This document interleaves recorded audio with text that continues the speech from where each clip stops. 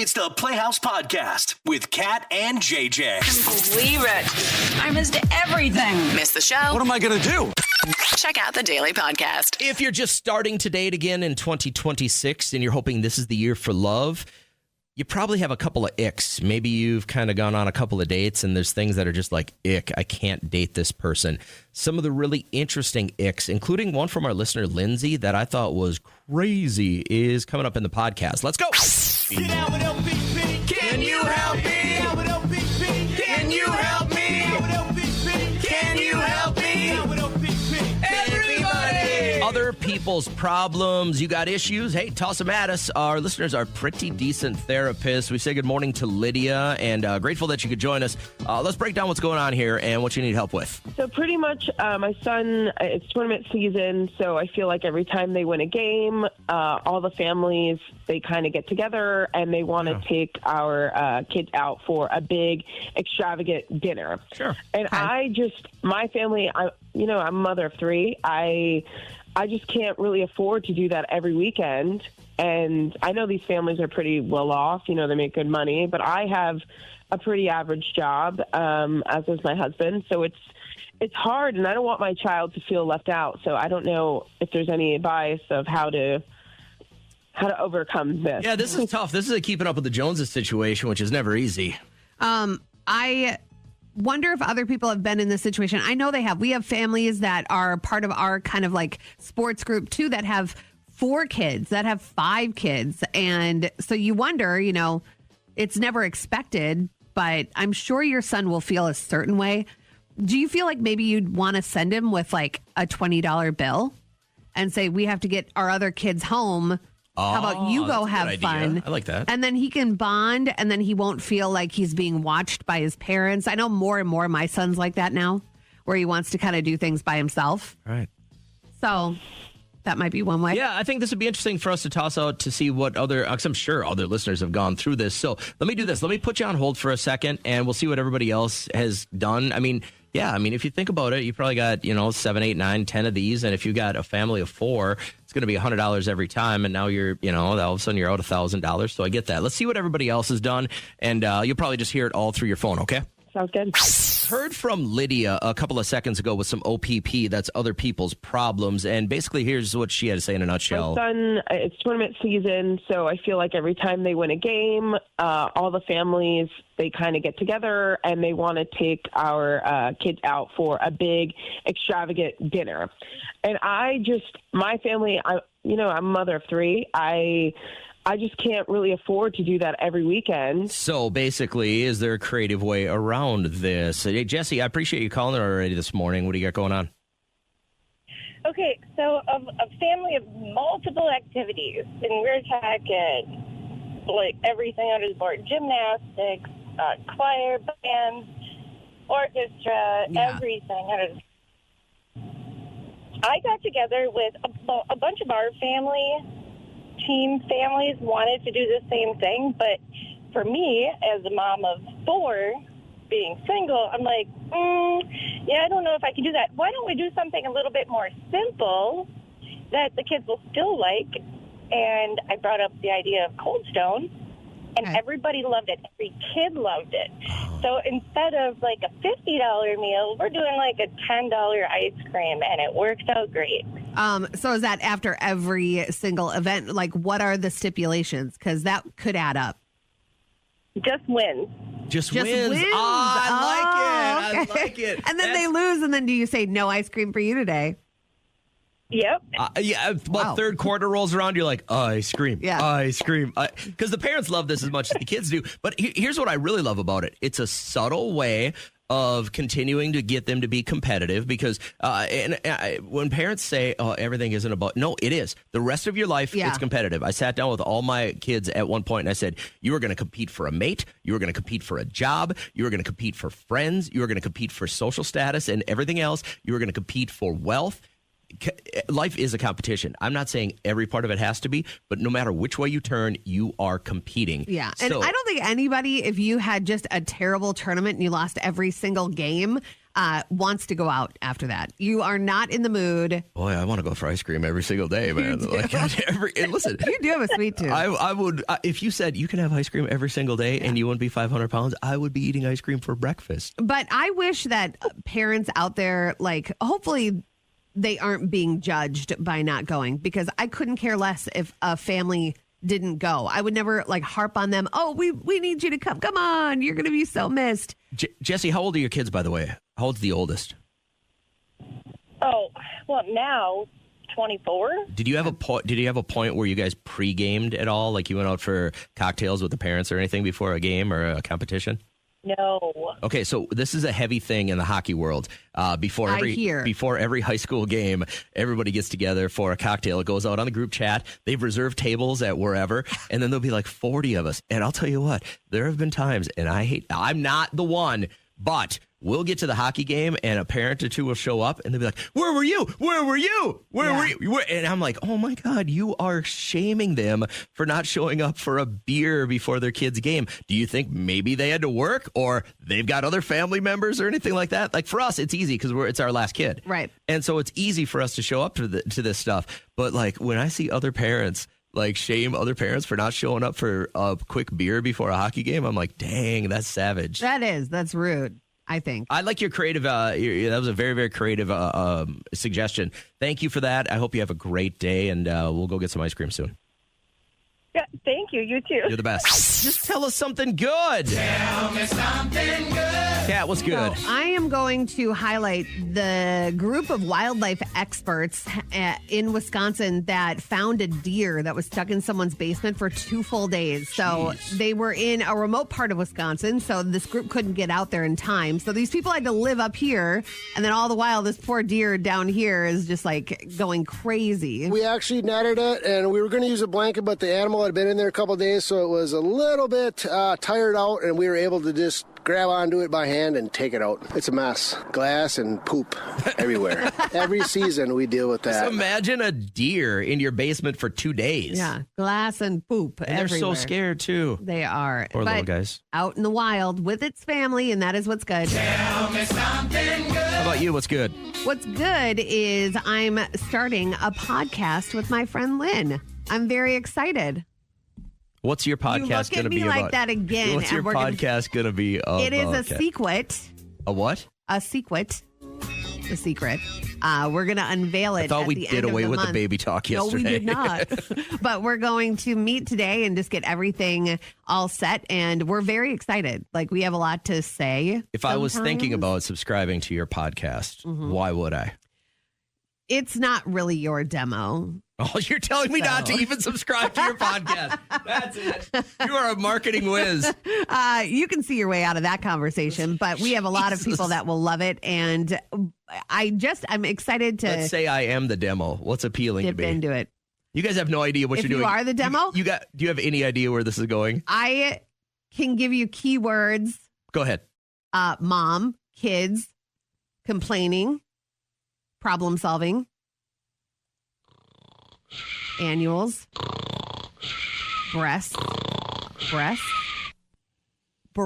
Yeah, I know, but it's a podcast. The breasts don't do anything. Well, thank you for your support. I appreciate it. Too bad yours would tank like immediately. First episode, Borophyll.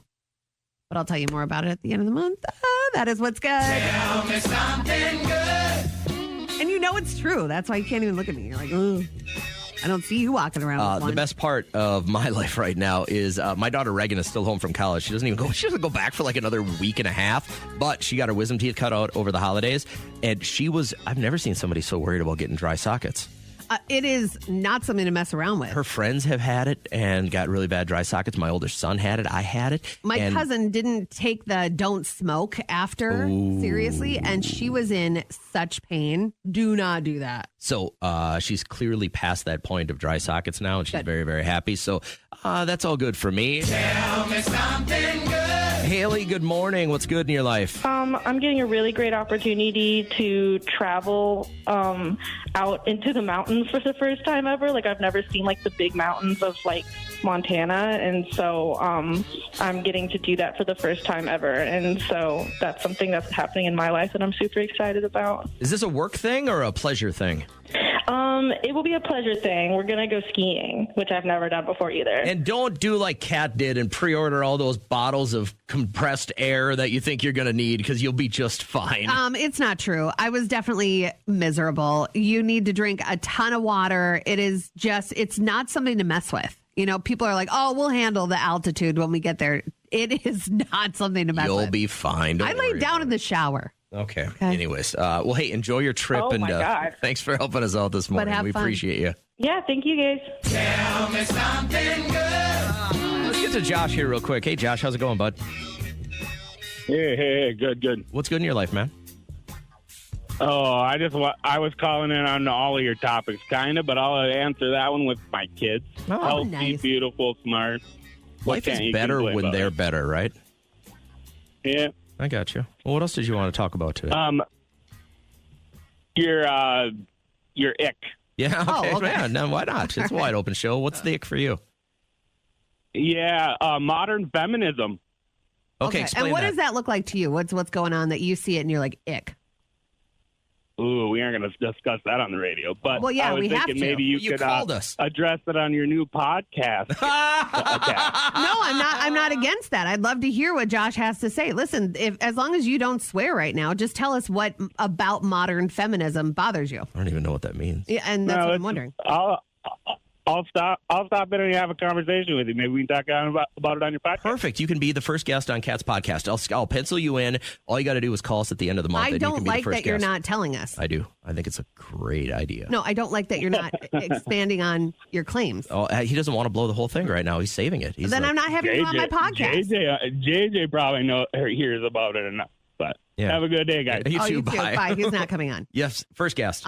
No. Josh, just text us with your with all your contact info. You can be the first guest on I Kat's don't like podcast. cryptic. He should have just said it. It could be. What don't you like about women? It could be the biggest thing ever. Guys like that just say it, and This then they could have launch nothing you to into back the it up. stratosphere. It would be you and Joe Rogan on the very top of the podcast download list once Josh joins you to And talk that's fine. about modern Joe feminism. and I will hang out. Tell me something good. All right, so Marcia says, I'm meeting with girlfriends tonight for music bingo. Oh, yeah. That sounds so They fun. do that at the little bar out by my house now. And Natasha says, what's good? My crafting business is taking off. That's so cool. She makes Scrub Daddy holders. She sells them on TikTok. TikTok shop. What's a Scrub Daddy? A Scrub Daddy? You don't have those? The scrubber with the face? No? What is that? Oh, it's like the Mac Daddy scrubber for like your inside of your sink. Oh, we use the magic eraser. For the inside of your sink? Yeah, I use that for everything, man. It works on everything. That's a little odd. Scrub Daddies are like the best. And Yeah, then why does it Holly have a says, eek, excited for the podcast. Holly, I love you. What? Wait, go back to the Scrub What? Daddy thing. So why does it have whose face is on there? Is it You- like George Washington or Oh something? my God. People are rolling their eyes at you right now. This is a Scrub Daddy. Okay. You don't see those in Target. You don't see them in Walmart. They're like, It's a cartoon? it's a face. It's a sponge. Why doesn't it just look like a regular sponge? Because then it wouldn't be fun. Makes Is it it fun to fun clean. to scrub Oh your my God, sink? I have so much more fun cleaning my bathtub with a Scrub Daddy. No, they're very effective. They'll get everything off. And now they have a Scrub Mommy. By She got like Zaddy. big cans. That is a Zaddy. There's a Scrub So- Mommy too. Yeah. Well, hey, Created Natasha, it. good luck with your thing of whatever. Yeah. Great. So I just got an email with the updated lunch menu from my kids' school, and I don't ever remember life being this good. Here are some choices: queso, white chicken chili, chicken parm, cheese Bosco breadsticks with Jeez. your choice of dip. Let's move on to the next. Thanks, week. Michelle Obama. Pork steak, taco meat with your choice of fixings, macaroni and cheese gourmet, not blue box. They have bento box options, so you can make your own healthy version of your lunch. They have a la carte General Tso's chicken. Nice. I know, but the one thing that my kid is devastated. So a friend of mine, her nephew works for the high school in the lunch area, and he delivered the bad news that Liam's favorite lunch at middle school will not carry over to high school: pork cutlet. So this guy Gotta has grow up. now rallied. No, he brought the idea to the lunch board He's gonna change for it. high school. I said, listen, Colton, the world, if you kid. can do this, by the time Liam gets to 9th grade, he will be forever indebted. But what was your favorite lunch? Because none of these were options. We had square pizza or like salad. I liked when they would give you mashed potatoes and then they'd put the little indentation in it, Yeah. and then they pour over like shredded turkey and gravy. Turkey gravy. I was big on that. But my high school was about a block away from the elementary school, and that's where they served the lunch, right? And it got to the point where when I was in high school, they had like a small snack bar that was open, and you could get like a pretzel with cheese or a big cookie, one that was like the size of a spare tire. Okay. Or like a shake, a malt or something like that. So no high school kids ever went to get lunch anymore. We just had crap like that. Like my lunch would be 2 pretzels with a whole like gallon of cheese. Yeah. Like it was the most unhealthy stuff looking back now. But that was the only option, was either, and in the winter, you didn't want to walk a block to get lunch and then walk a block back to high school. So you'd have like a big cookie for lunch. And I'm like, You had that to was, leave your compound to go Yeah. eat lunch. Our schools were really spread out. The little town I grew up in, high school was kind of in the middle. A block away was the junior high. And if you had, like as a 9th grader, we weren't in high school yet, but if you had high school classes, but you had to walk a block.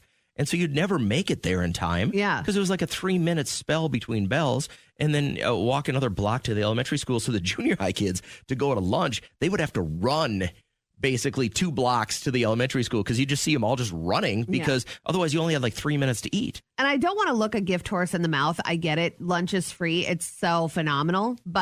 And this is how disconnected, or like we in our relationship have different areas to focus on, and lunch money is not one of them. And Derek's like, how much do we pay for Liam's lunch? I'm like, we haven't paid for years and years and years. He had no idea. But it's just, I don't like how limited the time is. They get 11 minutes to eat. I think that is Plenty of time. I think that is terrible. You know what they're doing? They're cracking down on the social stuff. Yeah, I mean, think about this. If you just sat down by yourself with a hot meal in front of you, it doesn't take you 11 minutes to eat it. They should get 25 minutes to sit there, eat, or else they're shoveling it in their mouth. They're like going so fast. Yeah. That can't be good. They got for more them. learning to do. Whether you are looking forward to finding your new love this year, I can't imagine it's going to be an easy You know how many trek. people, by the way, got dumped right before the holidays so people could avoid buying Christmas presents for Yeah. them? And I get it. Happens. If you're going to dump someone, dump them like November 1st. And then you won't have to worry about the stress of bringing them to your family's house and you're not all in. But when it comes to dating, everybody has their ick. And ick is like kind of like if they do this, they're done. What would be your ick? First off, smoking. Okay. It just is. So if they showed up and they... I get it. It's an addiction. Maybe you can't help yourself, but I can't do it. I can't survive with a smoker. And that's more popular than ever. A lot of people do not want to date a smoker. But this guy... and if I hear you say one racist thing, yeah, get out. Then I you're out. I got no time for you. That's weird though, because some people might be like, I want a racist chick. Well, some people are just that way. They just believe because of the color of their skin that they're better or different, and then they're like, they want to be with like people, and that's fine. Whatever. I don't care. I really don't care. But if you say something like that around me, you're gone. So this guy went on 17 dates last year. And these are just a few of his icks. 1, I took Lydia to get ice cream and she made us leave because she couldn't stand being around children. 2, Hillary had an oven in her apartment that she never used. She had a toaster oven on top of it, and the only thing she would ever cook for herself were frozen cinnamon rolls. 3, Caitlin and Summer would beg for money constantly and make me promise to spoil them. Ew. Oh, yeah, that's the other one. Like, Well, that's their princess era. You know that women go through that too. Like they're like, we need to be doted on. We're a female. It's a princess era. But I will that's not pay the time we're attention to living in. you and tell you how pretty you are, but you are not just getting my money for being a female. That you're a John then. Yeah. That's what you are. You're a John. But if you're some women are good with that. Some women are good with just being a hooker. Kind of. Yeah. Okay. Some days, man, it's pretty appealing. The idea Of being a hooker. Yes, but I don't want to do all the stuff. I just want to get paid. Well, then you're not a hooker. You're a I don't want to tease. do anything. Ugh. Okay. But anyway. What's your big ick? If you were in the dating world right now, the number one ick would be? I would say like if they don't trim up the neck. if they have a good head of hair. You have a responsibility. If you are walking around with overgrown follicles, like you got to have it trimmed up, looking tight and right. I like a good fade, but like no hair on the neck. It grosses that back me of the out. hair, the back of the neck part. If I'm standing in line at Target and I look in front of me, I'm like, oh. I do wonder, like, because I shave like every other day or every third day in my head. So I do wonder when I see guys with all that stuff that like connects the back of their hair to the back of their back hair. You know what I mean? Like that connecting rod. I'm like, how do you not trim that? And there's nobody in your life that loves you enough to tell you to take care of that action. All right. So this guy went on 17 dates throughout the year of 2025. He's ready to find the love of his life this year. Good luck to him. But he did come up with a list of all of his icks throughout the dating process here. 1, I took Lydia to get ice cream and she made us leave because she couldn't stand being around children. 2, Hillary had an oven in her apartment that she never used. She had a toaster oven on top of it, and the only thing she would ever cook for herself were frozen cinnamon rolls. 3, Caitlin and Summer would beg for money constantly and make me promise to spoil them. Where's your pride? That is an ick. Where's your pride? How do you beg somebody else for money when you're dating them? I have a relative, and earlier last year, maybe it was the end of 2024, she was single, and she had talked about the princess era that she was going through, that she is not going to pay for a thing. He's going to pay for everything. I'm like, it just doesn't work that way anymore. There has to be that equal, or people start to resent you, But there's guys out there that'll pay to just be with a hot chick. That's what fuels it. Right? Like if no guy was going to be like, hey, you're super good looking. I don't know if we have anything to talk about. We have no chemistry, but I want people to see me with a hot chick.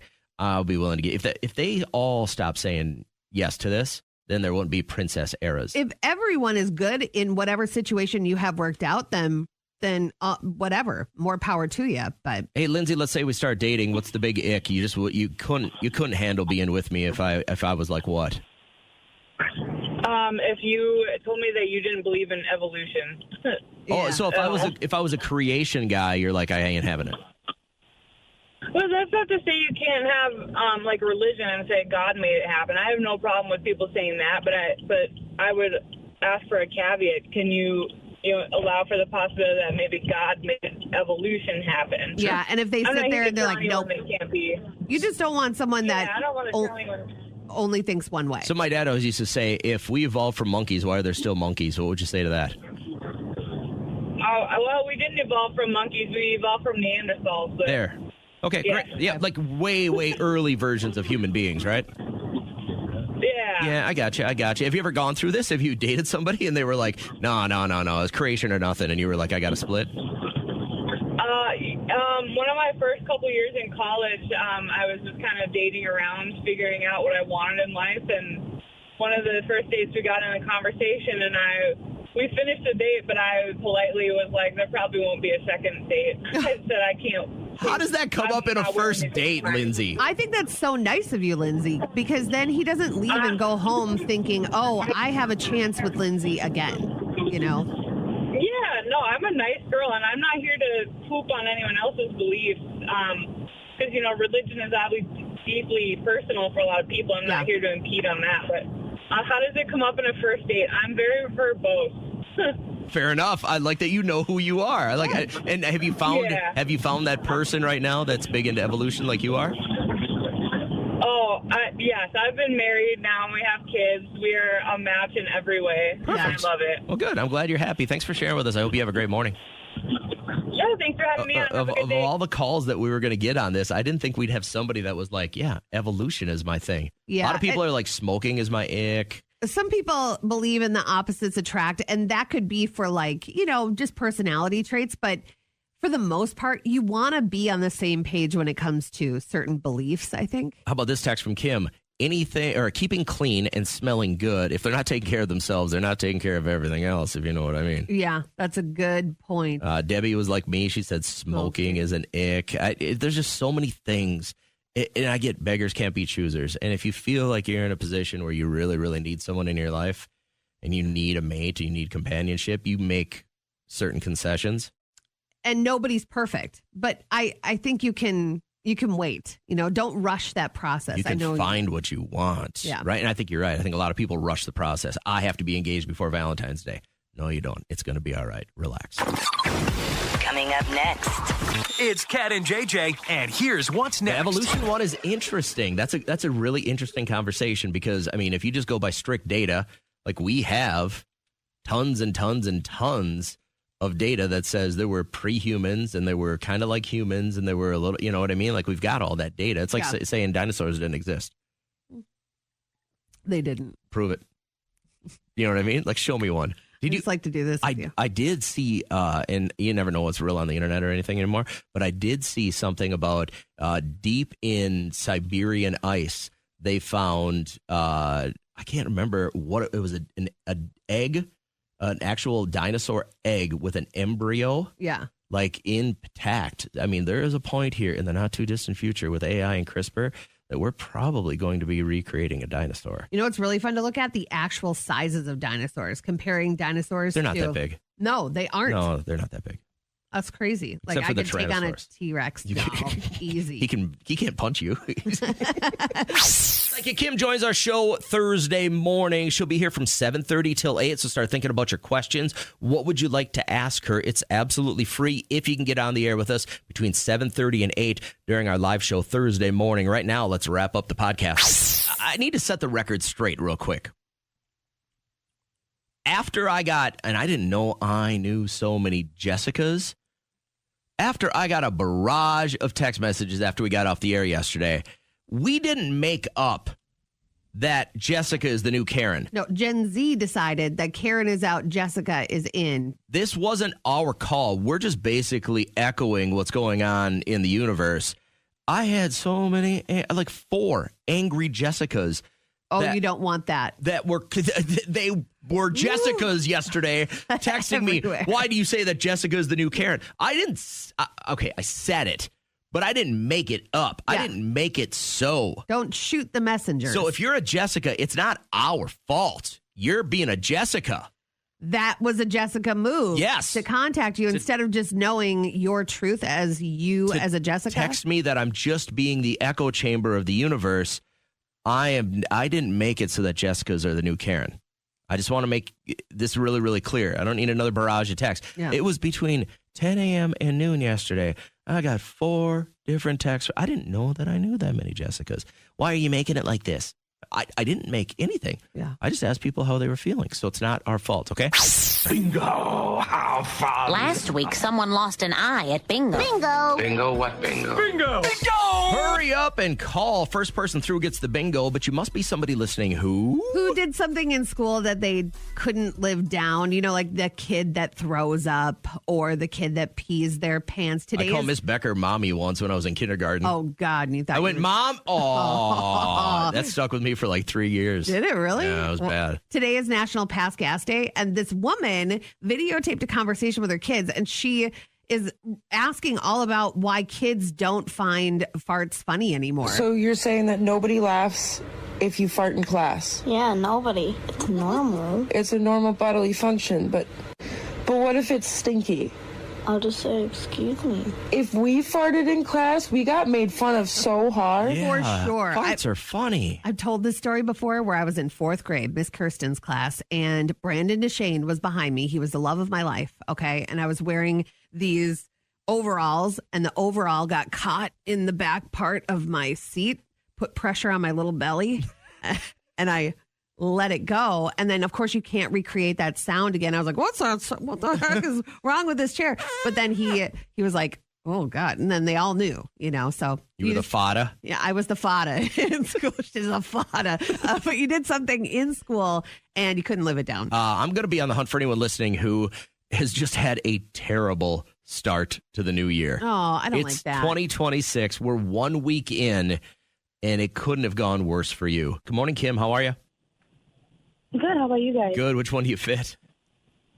I fit Kat. Okay. What happened in school? So it was a little backstory first. So it was the summer before my senior year. I lost my cousin in July. Oh. So I had suppressed a lot of emotions, and then fast forward to our class trip in May, right before graduation, we went up to Washington, D.C. in New York City, and my psyche was about to its limit about mental health and stuff, so I was paranoid out in New York City. I was having a whole lot of mental health issues out there, and then I finally had a panic attack on a plane coming back from New York City, and I thought I was getting arrested, and I thought that because I overheard my teacher telling my classmates that somebody was going to get tickets because they went over the toll booth or whatever when they were at the subway. Yeah. I thought I was never going to see my family again. Like, I had a complete freaking meltdown from New York City to Minnesota. Oh, my God. And my mom pretty much picked me up in the parking lot of the school when we got back on the bus. So, like, it's not something I couldn't live down. It was just something that, like, kind of carved away from my bipolar journey that I've been on. Well, and it defined you to so many people, I'm sure. And people probably used labels like the word crazy because they don't understand it. You know, they're not in your position, which is really sad. That's a tough one. That is. To be fair, another classmate had lost her cousin the year before, so she was the one consoling me. Oh, nice. 'cause she kind of understood. Yeah. Sure. But, like, I own the nickname Crazy because I got the nickname Crazy Kim in college, and that's kind of because I know it was Crazy Megan, and I was kind of a lot of fun. So were you young enough that they wouldn't put you on like a no-fly list or anything like that, right? You just like... Well, she had a panic attack. She didn't say bomb. Well, I know, but no, it was just a complete meltdown. Like, I cried pretty much the entire flight. Okay. It was like a complete paranoia meltdown, and it wasn't like I wasn't on a no-fly list. It was just that I was freaking out because it was my second plane ride back. The first one was to New York City, or to Washington, D.C. Yeah. My second plane ride was coming back from New York City, and I just it was sensory overload. Yeah. I Flying get is it. That's already crazy. scary, and then you throw that in. That's tough. Hey, thanks for sharing with us. I hope you have a great morning. I got time for one more here real quick. Hey, Shane, how you doing, bud? Pretty good. How are you? Good, man. Which one do you fit? I'm going to go with Cat. Okay, what happened in school? You couldn't live it down. So it was about in, like, I would like to say, like, 5th grade, and the teacher was right in the middle of a lecture, and all of a sudden I felt something crawling on me. And it was the first time I've ever, like, seen a wood tick, and the first time I've ever experienced one on me. Yeah. So stood up and had a panic attack and freaked out and flipped out right in the middle of class and screamed like a little girl. And I never lived it down. I never really had any particular name calling on it, but, like, everybody, made fun. Yeah. Did they do like impressions of you, like screaming and like whatever motion you did? Yeah, mocking it and, like... And then you fast forward till you're like 22 and you're at the bar and everybody starts doing it They're when like, you walk "Hey, in.